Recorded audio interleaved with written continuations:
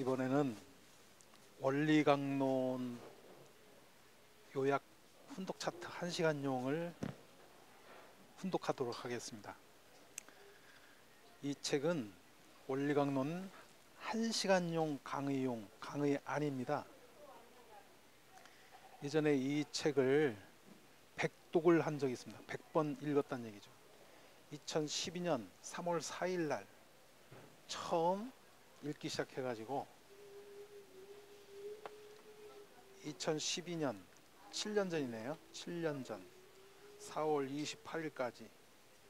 28일까지 100번을 읽었던 기억이 있습니다. 7년이라는 세월이 흘러가서 그런지 이 내용이 머릿속에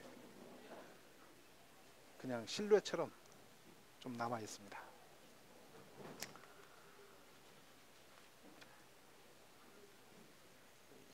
이 책을 100번 읽음으로 해가지고 머릿속에 딱 각인을 시키면 좋겠다라고 생각을 했습니다. 그래서 이 책을 읽고 나서 훈독한 소감문도 작성을 해서 책을 만들어 본 기억도 있습니다. 훈독 소감문 2페이지에 걸쳐 가지고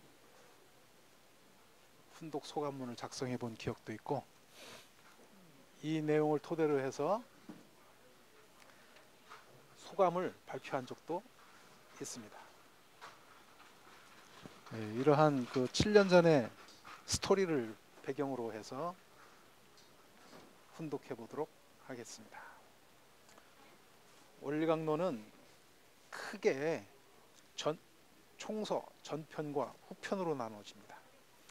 전편은 창조원리, 타락론, 인류역사 종말론, 메시아 강림과 그 재림의 목적, 부활론, 예정론, 기독론으로 나눠져 있고, 후편은 복귀원리, 서론, 탄감복귀원리, 타락인간의 위치, 타락인간의 창조 목적, 성취, 세계의 지도자들에게 선포하신 학자 총자님의 말씀, 이런 내용을 바탕으로 해서 탄감복귀 원리, 복귀 기대 섭리 시대, 모세와 예수님을 중심한 복귀 섭리, 섭리 역사의 각 시대와 그 연수의 형성, 섭리적 동시성으로 본 복귀 섭리 시대와 복귀 섭리 연장 시대, 메시아 재강림 준비 시대, 재림노라고 하는 내용으로 크게 짜여져 있습니다.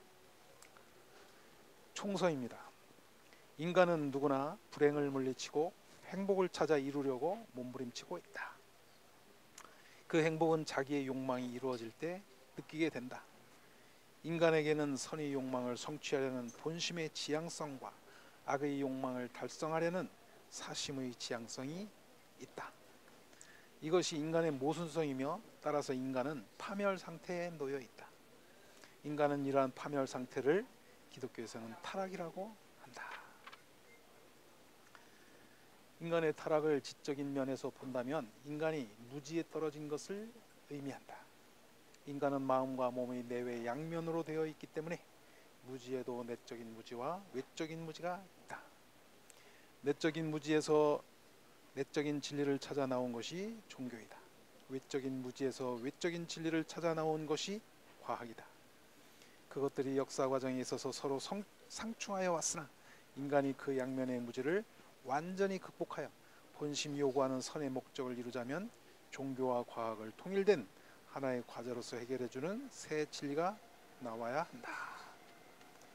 새 진리의 사명은 역사 이래의 모든 주의, 사상, 종교를 하나의 길로 통일시킬 수 있는 진리여야 한다.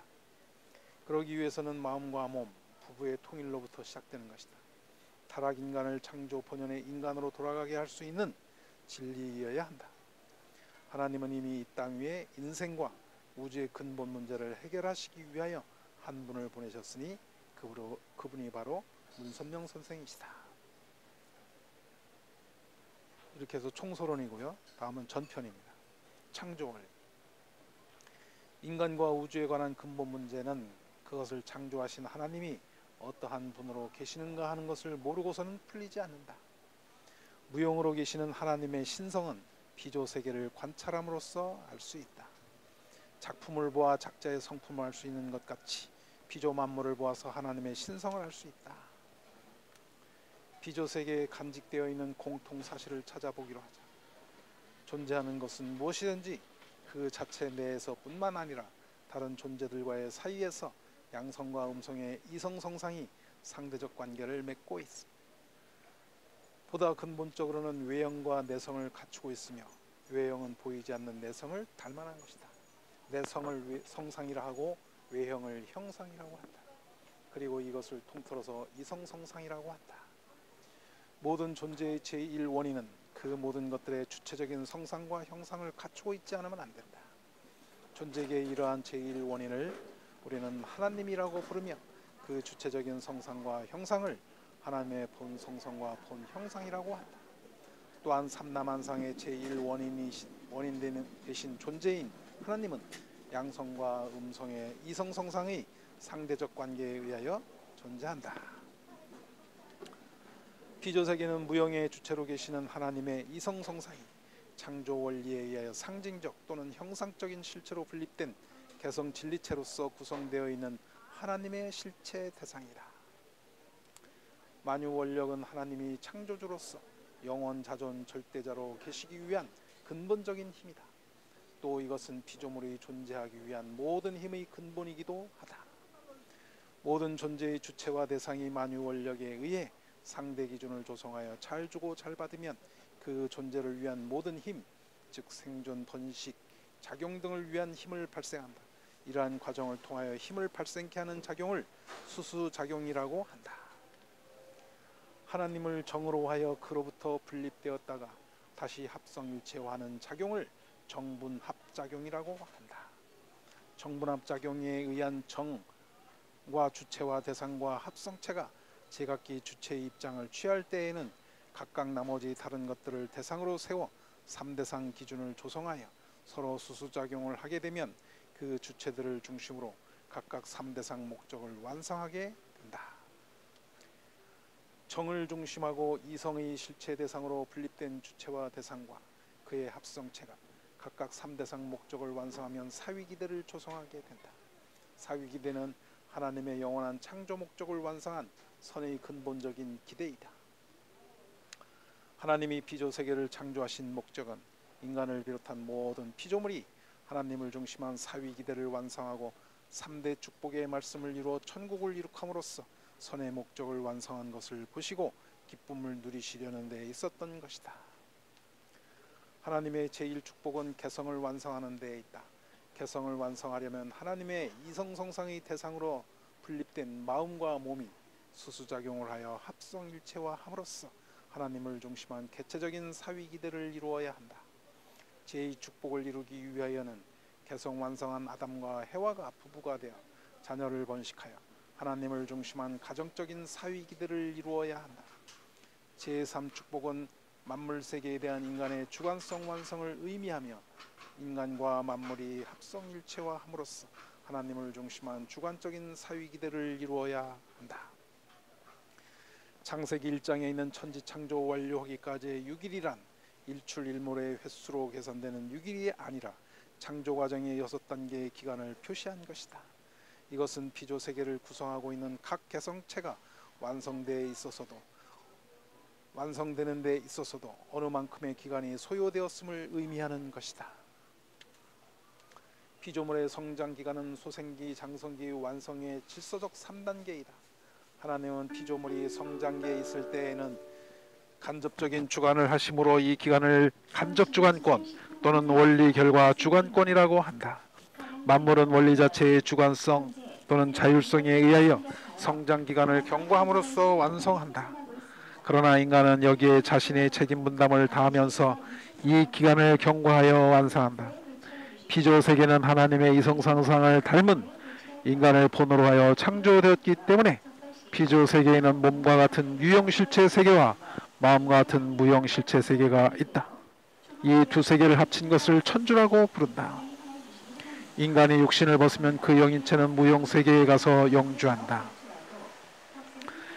이제까지 죄의 뿌리가 무엇인가 하는 것을 안 사람은 한 사람도 없었다.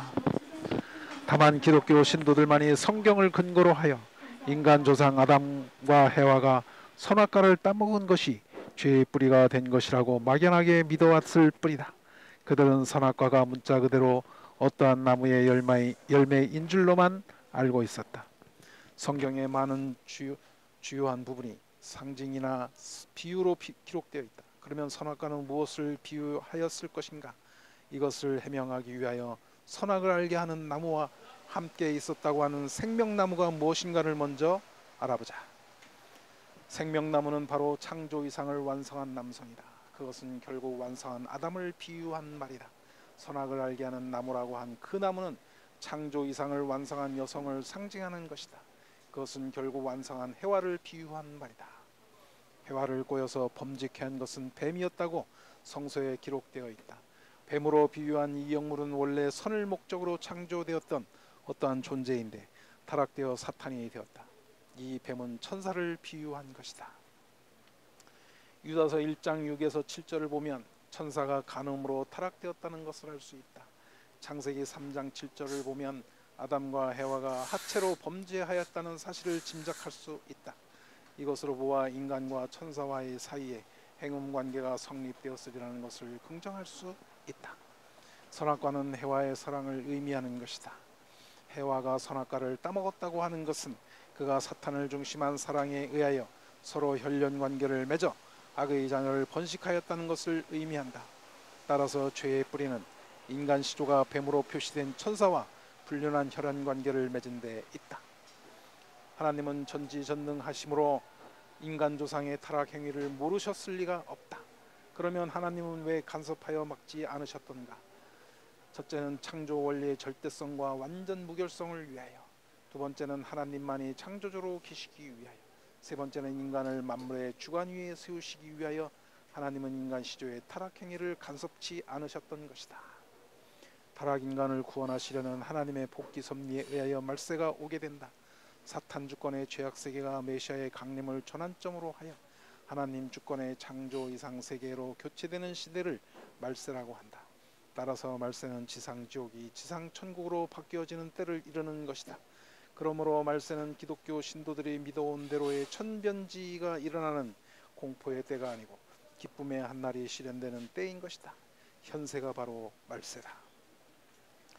베드로후서 3장 12절에 말세에는 하늘이 불에 타서 풀어지고 체질이 뜨거운 불에 녹아진다고 하는 기록이 있다.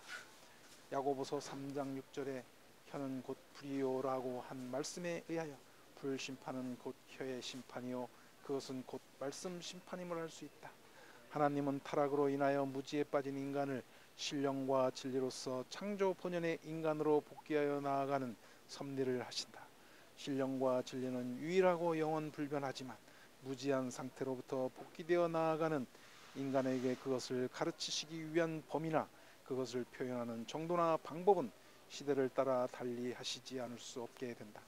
따라서 오늘날의 지성인들로 하여금 진리를 깨닫게 하기 위하여는 보다 고차적인 내용과 과학적인 표현 방법에 의한 것이 나오지 않으면 안 된다. 이것을 새 진리라고 부른다. 예수님이 메시아로 강림하셨던 목적은 지상의 천국을 건설하시려는 데 있었다. 그러면 십자가의 대속으로 인하여 모든 성도들이 창조 본성을 복귀함으로써 지상 천국을 이루게 되었는가? 아무리 잘 믿는 성도라 할지라도 하나님과 일체가 안 되어 있기 때문에 속죄와 기도의 신앙생활이 필요하며 자식에게 원죄를 유전하고 있다. 그것은 창조 본성을 완전히 복귀하지 못하였다는 사실을 말해주고 있다. 예수님의 십자가의 죽음이 하나님의 예정이었는가? 성경상에 나타난 사도들의 언행을 보면 예수님의 죽음을 분개하고 서러워했다. 하나님의 섭리로 보면 이스라엘 선민을 부르시어 메시아를 맞을 준비를 하게 하셨다. 예수님 자신도 유대인들로 하여금 자기를 메시아로 믿을 수 있도록 언행하셨다는 것을 성서를 통해서 알 수 있다. 이러한 내용으로 보아 예수님의 십자가의 죽음은 하나님의 예정에서 온 필연적인 것이 아니라 유대인들의 무지와 불신의 결과로 온 것임을 알 수 있다. 유대인들이 예수님을 불신하여 육신은 사탄의 침범을 당하여 살해되었으므로 신도들의 육적 구원은 완성할 수 없게 되었다.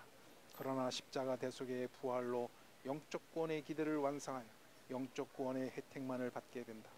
따라서 예수님은 영육 아우러운 구원 섭리의 목적을 완성하시기 위하여 지상에 재림하시지 않을 수 없게 된다. 하나님은 말라기 선지자를 통하여 메시아의 강림에 앞서 엘리야를 보내마고 약속하셨기 때문에 유대인들은 엘리야의 재림을 갈망해 왔다. 세례 요한이 바로 재림한 엘리야라고 하는 것은 예수님의 증언이었다. 당시 제사장이나 전 유대인들이 세례 요한을 순경하던 마음은 그를 메시아로 생각하는 데까지 이르렀다. 그러나 끝내 자기는 엘리야가 아니라고 주장한 세례 요한의 하나님의 섭리에 대한 무지는 유대인들이 예수님 앞으로 나아갈 수 없었던 주요한 원인이 되었던 것이다. 예수님이 십자가의 죽음길을 가게 된 큰 요인이 세례 요한에게 있었다는 것을 알 수 있다. 부활은 다시 산다는 뜻이다. 다시 살아야 하는 것은 죽었기 때문이다. 죽었다는 것은 타락으로 인한 죽음을 말한다. 타락으로 인한 죽음은 육신의 죽음이 아니라 선악과를 따먹음으로써 사탄 주관권 내에 떨어진 것을 의미한다. 부활은 인간이 타락으로 철회된 죽음, 즉 사탄 주관권 내에서 하나님의 직접 주관권 내로 복귀되어 나아가는 그 과정적인 현상을 의미하는 것이다. 부활 섭리는 복귀 섭리이므로 재창조 섭리이다. 따라서 부활 섭리는 창조 원리에 의하여 섭리하신다. 첫째로 후대의 인간들은 그 이전의 선지 선열들이 쌓아 올린 심정적인 기대로 말미암아 복귀 섭리의 시대적인 혜택을 받게 된다. 둘째로 부활 섭리를 위한 말씀을 인간이 자신의 책임 분담으로써 믿고 실천해야만 그 뜻이 이루어지게 되어 있다. 셋째로 영인체의 부활도 지상의 육신 생활을 중심하고서만 이루어지게 되어 있다. 넷째로 섭리 기간의 질서적인 3단계를 거쳐서야 완성하게 되어 있다.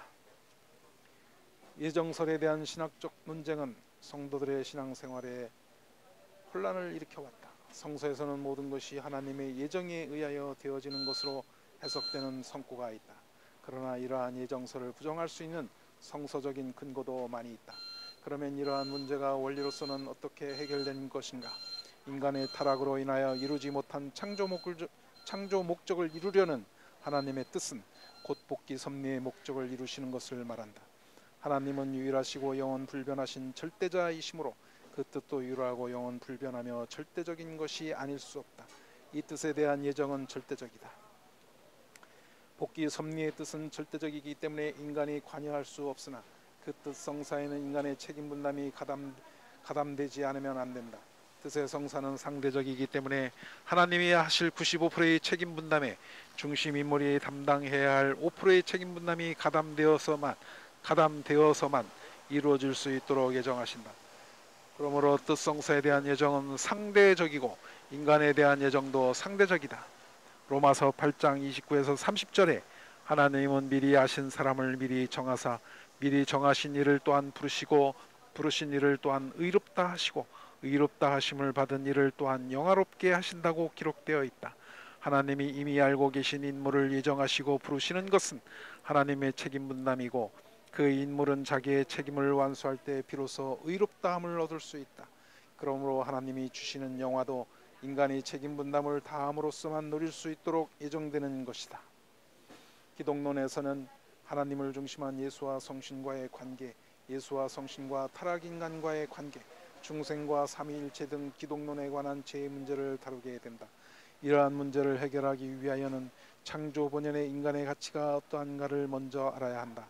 창조 목적을 완성한 인간은 첫째, 하나님적인 가치를 가지게 된다. 둘째, 우주관에 있어서 유일무이한 존재이다.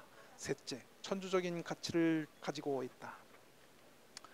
예수님이 지니신 가치가 아무리 크다 할지라도 완성한 남성이 가지는 가치 이상의 것을 가질 수는 없다. 그러므로 예수님은 어디까지나 창조 목적을 완성한 인간으로 오신 분이시다. 빌립이 예수님에게 하나님을 보여달라고 하였을 때 나를 본 자는 아버지를 보았거늘 어찌하여 아버지를 보이라 하느냐. 나는 아버지 안에 있고 아버지는 내 안에 계신 것을 내가 믿지 아니하느냐라고 대답하셨다.